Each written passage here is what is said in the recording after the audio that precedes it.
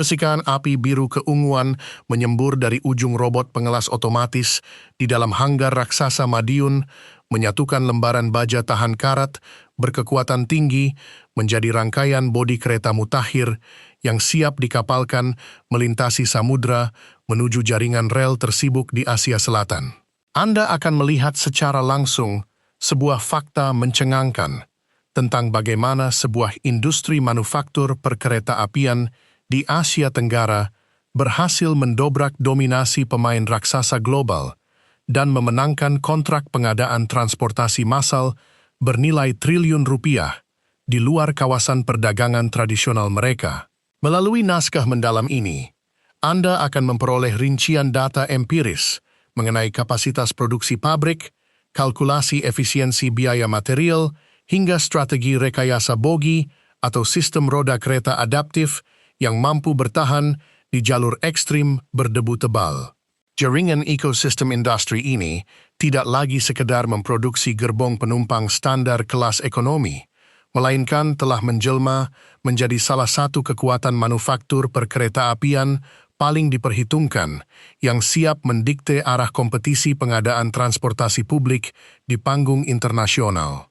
Jika Anda sekarang sedang menyimak ulasan eksklusif mengenai lompatan industri perakitan lokomotif modern, perhitungan beban aksial roda kereta di jalur super cepat, serta strategi memenangkan tender internasional bernilai jutaan dolar ini, mari bersama membantu saya mematahkan sebuah pandangan skeptis dari seorang analis industri permesinan di Kuala Lumpur beberapa waktu lalu. Analis tersebut sempat menyatakan secara terbuka dalam sebuah buletin logistik regional bahwa sebuah saluran edukasi digital yang berani membedah aspek teknis bogi kereta, sistem kelistrikan propulsi udara, dan manajemen rantai pasok baja pratekan tidak akan pernah sanggup mengumpulkan 10.000 subscriber karena pembahasannya dinilai terlalu berat dan membosankan bagi mayoritas netizen. Namun, saya tahu betul bahwa Anda semua yang memilih untuk tetap berada di sini adalah kelompok penonton dengan tingkat kecerdasan strategis yang sangat tinggi, menyukai sajian fakta konkret berbasis data real tanpa rekayasa, serta memiliki solidaritas komunitas yang luar biasa untuk membuktikan bahwa tayangan informatif bermutu tinggi akan selalu memenangkan tempat terbaik di hati publik. Mari kita runtuhkan prediksi sepihak analis tersebut bersama-sama sekarang juga dengan cara menekan tombol subscribe serta memberikan tanda suka pada video ini sebagai langkah nyata kita untuk memperkuat literasi industri berat di ruang digital. Selamat sejahtera kepada semua sahabat saya di mana jua berada. Mari kita langsung mengupas tuntas seluruh rahasia tersembunyi di balik kesuksesan kereta buatan Indonesia yang tak disangka mampu bersaing ketat hingga di luar wilayah ASEAN. Kemampuan memproduksi kereta penumpang berkekuatan struktur tinggi dengan tingkat-tingkat komponen dalam negeri atau TKDN di atas 60%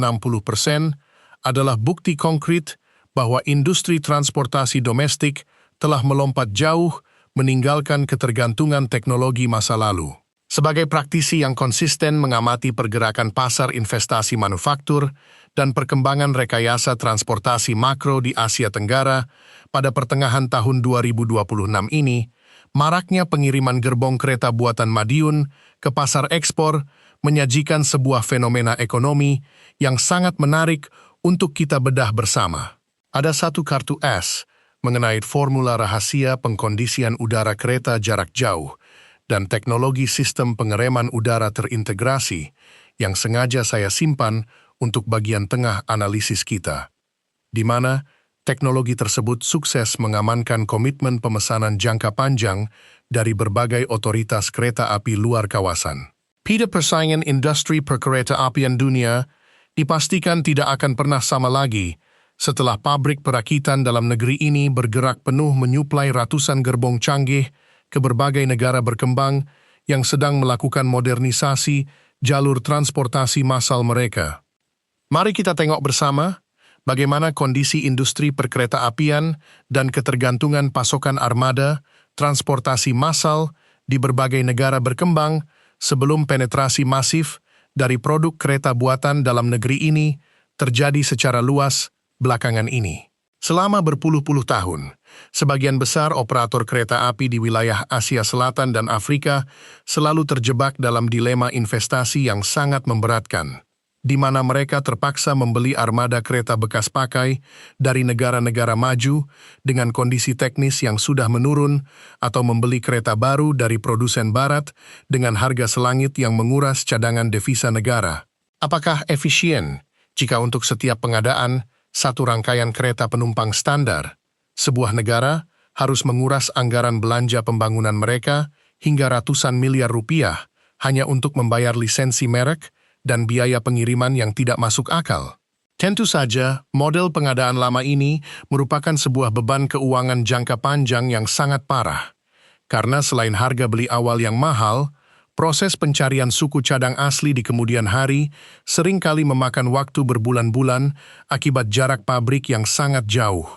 Keterbatasan opsi pasokan inilah yang dimanfaatkan oleh PT Industri Kereta Api atau PT Inka untuk masuk ke pasar internasional dengan menawarkan solusi total berupa kereta berkualitas tinggi, harga kompetitif, serta fleksibilitas desain yang sepenuhnya disesuaikan dengan kondisi geografis dan karakter operasional unik di negara tujuan ekspor. Model operasional pabrik lama hanya mengandalkan pesanan perawatan gerbong domestik dengan margin keuntungan rendah di bawah 5%, membiarkan lini produksi kosong saat tidak ada proyek negara, serta bergantung pada komponen impor berbiaya tinggi. Model operational pabrik baru membangun ekosistem manufaktur sirkular dari hulu ke hilir, memproduksi komponen bodi baja tahan karat secara mandiri, memanfaatkan teknologi robotik presisi tinggi, serta mengamankan kontrak ekspor bernilai ratusan juta dolar dari pasar internasional yang kompetitif. Untuk memberikan Anda demonstrasi konkret mengenai kekuatan rekayasa teknologi from pembuatan kereta mari kita bedah bersama arsitektur sistem roda kereta atau bogi tipe Bolsterness yang kini diproduksi secara masif di fasilitas pabrik dalam negeri. Bogi tipe Bolsterness bukanlah susunan besi roda biasa yang ditempelkan di bawah gerbong, melainkan sebuah mahakarya rekayasa mekanis yang menghilangkan penggunaan balok berayun konvensional dan menggantinya dengan sistem suspensi udara sekunder yang terhubung langsung dengan sasis utama kereta. Langkah teknis berani ini memotong bobot keseluruhan gerbong secara drastis, menghasilkan stabilitas guncangan yang sangat tenang saat kereta melaju pada kecepatan di atas 120 km per jam, serta meminimalkan gesekan antara roda baja dengan rel yang seringkali memicu keausan dini pada sistem roda kereta biasa. Operator transportasi yang tidak mengadopsi sistem suspensi udara canggih ini pasti akan menghadapi keluhan konstan dari penumpang mengenai kebisingan kabin yang mengganggu,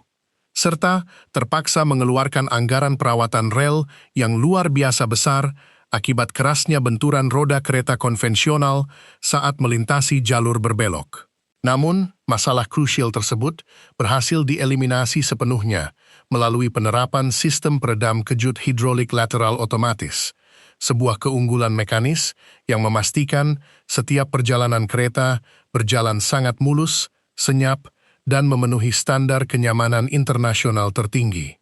Bukankah Anda setuju bahwa kemampuan melakukan customization mechanisms pada sistem roda kereta seperti ini adalah ciri utama dari sebuah industri manufaktur kelas dunia yang tidak hanya meniru desain pihak lain? Mari kita bandingkan perbedaan mendasar antara pendekatan produksi pabrik perakitan kereta biasa dengan arsitektur ekosistem manufaktur terintegrasi yang diterapkan oleh PT Inka saat ini. Di pabrik perakitan biasa luar negeri, mereka umumnya hanya merakit komponen siap pakai yang dibeli dari vendor internasional, sehingga mereka tidak memiliki kendali penuh atas modifikasi struktur jika negara pembeli meminta penyesuaian lebar jalur rel atau track gauge yang berbeda dengan standar internasional. Sebaliknya, pendekatan industri dalam negeri berfokus pada kemandirian desain sejak tahap awal rancangan, di mana para insinyur lokal mampu mengubah konfigurasi lebar rel dari standar 1000 mm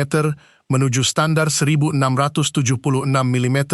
untuk pasar Bangladesh tanpa perlu membongkar ulang seluruh arsitektur dasar sasis gerbong. Sebuah fleksibilitas produksi luar biasa yang membuat produsen raksasa dunia sekalipun merasa gentar melihat kecepatan adaptasi lini produksi kita. Saya teringat sebuah cerita bisnis yang sangat menarik dari seorang kawan pelaku usaha logistik komponen baja precetak yang ikut terlibat dalam rantai pasok pengiriman material untuk proyek ekspor kereta ke Sri Lanka beberapa waktu lalu. Beliau berkisah betapa ketatnya proses uji kebocoran air dan ketahanan korosi bodi kereta yang diminta oleh tim pengawas internasional, di mana setiap gerbong yang telah selesai dirakit harus dimasukkan ke dalam ruang simulasi hujan badai bertekanan tinggi selama berjam-jam untuk memastikan tidak ada satu tetes air pun yang menembus celah jendela atau sambungan atap gerbong. Ketika beliau menganalisis sistem pengecatan bodi menggunakan teknologi coating polyurethane anti-karat berlapis yang diterapkan di hanggar produksi, beliau langsung menyadari bahwa kereta ini sedang dipersiapkan untuk menghadapi iklim pesisir tropis ekstrim dengan kelembapan udara di atas 90% yang sangat korosif bagi logam biasa. Lapisan pelindung khusus inilah yang memastikan bodi kereta tetap berkilau, bebas dari karat struktural selama puluhan tahun, serta menghemat biaya pengecatan ulang tahunan yang biasanya menjadi beban operasional terbesar bagi operator kereta api di wilayah Asia Selatan. Sistem penguatan industri manufaktur kereta di pabrik baru Banyuwangi juga menyajikan sebuah strategi ekspansi pasar yang sangat menarik untuk kita cermati bersama, karena proyek ini menjadi contoh nyata bagaimana pembangunan fasilitas produksi dirancang selaras dengan efisiensi logistik pengiriman internasional. Fasilitas pabrik baru ini didirikan tepat di samping pelabuhan laut dalam, memungkinkan gerbong kereta yang baru keluar dari lini pengujian akhir langsung diangkat menggunakan derek raksasa ke atas kapal kargo tanpa perlu melewati jalur darat darurat yang rawan merusak struktur kereta. Langkah strategis ini memangkas biaya logistik pengapalan hingga 30%, mengeliminasi risiko kerusakan fisik akibat benturan selama perjalanan darat, serta memberikan kecepatan waktu pengiriman yang sangat superior kepada negara konsumen di berbagai belahan dunia. Dengan integrasi pelabuhan internal inilah, industri dalam negeri mampu mengirimkan puluhan gerbong kereta secara simultan dalam waktu singkat, memastikan target pemenuhan tenggat waktu kontrak internasional selalu terpenuhi dengan predikat sangat memuaskan.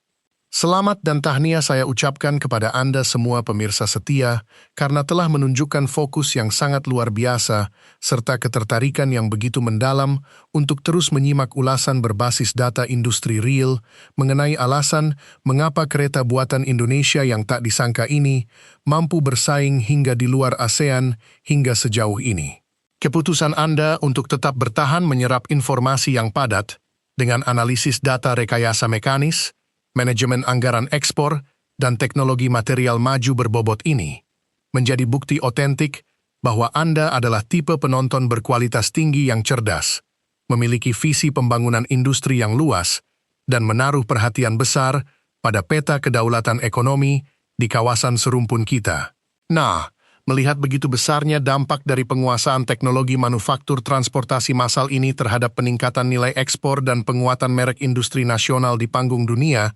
kira-kira topik mengenai persaingan industri pembuatan kapal perang canggih, rahasia penguasaan teknologi kedirgantaraan domestik untuk pasar regional, atau strategi penataan sistem transportasi pintar bawah tanah, apalagi yang paling ingin Anda lihat saya kupas secara tajam pada tayangan video berikutnya. Silakan Anda tuliskan seluruh ide brilian, pandangan kritis, dan saran berharga Anda langsung di dalam kolom komentar di bawah. Saya akan membaca setiap masukan Anda dengan penuh antusias untuk menentukan arah pengembangan konten edukasi bermutu tinggi kita selanjutnya.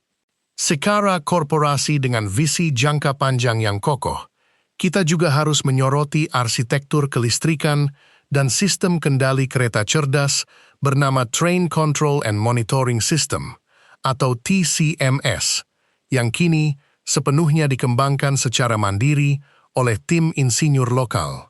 Sistem TCMS ini bertindak sebagai otak elektronik kereta yang mengintegrasikan seluruh fungsi operasional, mulai dari pengaturan kecepatan motor penggerak, sistem pengereman pneumatik otomatis, pemantauan suhu kabin penumpang, hingga deteksi dini kerusakan komponen mekanis di setiap gerbong secara real-time sepanjang perjalanan. Melalui layar monitor digital terpadu di ruang masinis, seluruh status kesehatan sistem kereta dapat dipantau secara instan, memungkinkan masinis untuk mengambil tindakan mitigasi yang tepat sebelum sebuah gangguan kecil berkembang menjadi kerusakan fatal yang dapat menghentikan perjalanan kereta di jalur utama. Penerapan teknologi avionik kereta cerdas ini memberikan tingkat keandalan operasi yang sangat tinggi, efisiensi konsumsi daya listrik hingga 25% melalui sistem pengereman regeneratif yang mengembalikan energi ke jaringan listrik, serta memberikan jaminan keselamatan perjalanan tingkat tertinggi bagi jutaan penumpang setiap harinya. Pola lama industri perkereta apian selalu menempatkan negara berkembang hanya sebagai pasar konsumen murni yang diwajibkan membeli produk jadi bernilai tinggi tanpa adanya transfer teknologi yang merata, menghasilkan ketergantungan abadi pada pasokan suku cadang asing, serta memicu pembengkakan biaya perawatan armada yang menguras devisa negara dari tahun ke tahun. Pola baru ekosistem manufaktur terintegrasi domestik mendesain seluruh proses pembuatan kereta berdasarkan prinsip kemandirian teknologi yang adaptif, di mana setiap unit gerbong dirancang menggunakan platform modular yang mudah dimodifikasi, memanfaatkan pasokan material baja dari industri baja nasional, serta membuka ruang kolaborasi riset yang luas dengan universitas lokal untuk melahirkan inovasi perkereta apian masa depan yang berdaya saing tinggi. Kita juga harus memahami korelasi yang sangat kuat antara keberhasilan ekspansi pasar kereta ekspor ini dengan penguatan kapasitas diplomasi ekonomi negara di tingkat global. Karena produk manufaktur teknologi tinggi adalah duta terbaik yang menunjukkan kemajuan peradaban dan kapasitas industri sebuah bangsa secara nyata. Ketika kereta buatan anak bangsa melesat membelah jalur rel di Dhaka atau Colombo dengan performa yang sangat tangguh,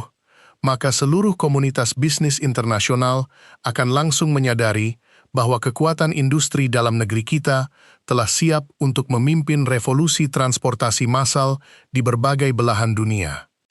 Sekarang, mari kita buka lingkaran informasi rahasia yang saya janjikan di awal tayangan mengenai rincian formula perhitungan efisiensi biaya produksi yang berhasil membuat harga penawaran kereta domestik jauh lebih murah 20% daripada penawaran produsen raksasa asal Eropa atau Asia Timur tanpa menurunkan standar kualitas sedikit pun.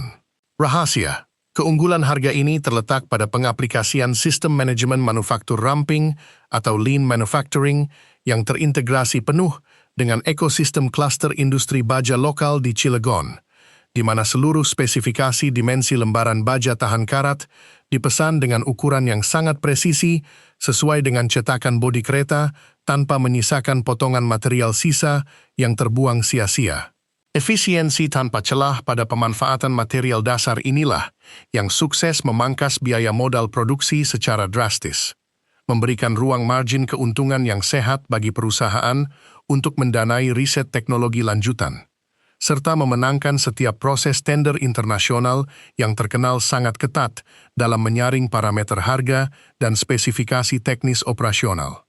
Melalui seluruh rangkaian pemaparan data industri manufaktur real, kalkulasi penghematan energi kereta yang akurat, serta pembongkaran arsitektur skema pembiayaan ekspor terintegrasi yang telah kita bedah secara mendalam bersama-sama sepanjang tayangan video ini, kita dapat menarik satu kesimpulan yang sangat tegas bahwa langkah Indonesia melakukan ekspansi industri perkereta apian ke pasar internasional bukan didasari oleh faktor keberuntungan semata, melainkan merupakan hasil dari sebuah strategi rekayasa manufaktur yang sangat visioner untuk mengunci posisi bangsa sebagai produsen transportasi massal terdepan di tingkat dunia. Kehadiran kereta buatan Madiun di jalur rel luar negeri telah membuktikan kepada komunitas internasional bahwa dengan memadukan kecanggihan sistem kendali elektronik mandiri, ketangguhan struktur sasis adaptif, serta ketepatan manajemen rantai pasok lokal, industri dalam negeri telah berhasil menetapkan standar baru tentang bagaimana sebuah armada transportasi publik modern seharusnya diproduksi dengan efisiensi tertinggi melintasi zaman. Lompatan besar dari arsitektur industri baru ini telah meruntuhkan keraguan para pengamat skeptis dunia, mempersembahkan sebuah mahakarya nyata dari kerja keras anak bangsa yang berdampak konkret bagi penguatan martabat, kedaulatan teknologi, dan daya saing ekonomi nasional di panggung internasional. Secara garis besar, terdapat 3 poin kunci yang menjadi pilar utama di balik alasan sebenarnya kesuksesan kereta buatan Indonesia dalam memenangkan persaingan manufaktur global saat ini. Pertama, pengaplikasi sistem roda kereta bogi tipe Bolstoness dengan suspensi udara sekunder yang menghasilkan stabilitas guncangan terbaik dan kenyamanan kabin senyap melintasi berbagai karakter jalur rel ekstrim dunia. Kedua, pengembangan sistem kendali Electronic Train Control and Monitoring System secara mandiri yang memberikan kepastian operasional tinggi serta penghematan energi melalui teknologi pengereman regeneratif yang cerdas. Ketiga, integrasi fasilitas produksi pabrik baru dengan akses langsung ke pelabuhan laut dalam yang sukses memotong biaya logistik pengapalan internasional hingga 25% demi mengamankan keunggulan harga penawaran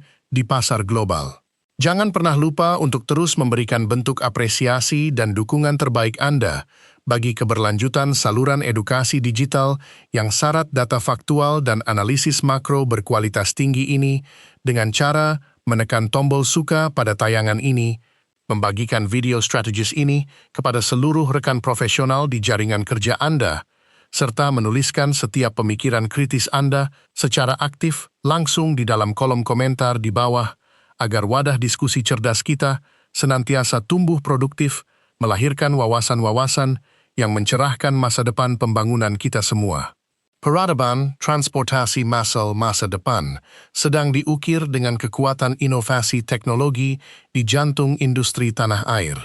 dan strategi pembangunan ekosistem manufaktur kereta yang terintegrasi secara berdaulat inilah yang akan membawa kemakmuran dan martabat bangsa melesat tinggi, menyongsong tantangan zaman baru yang penuh dengan kejayaan gemilang.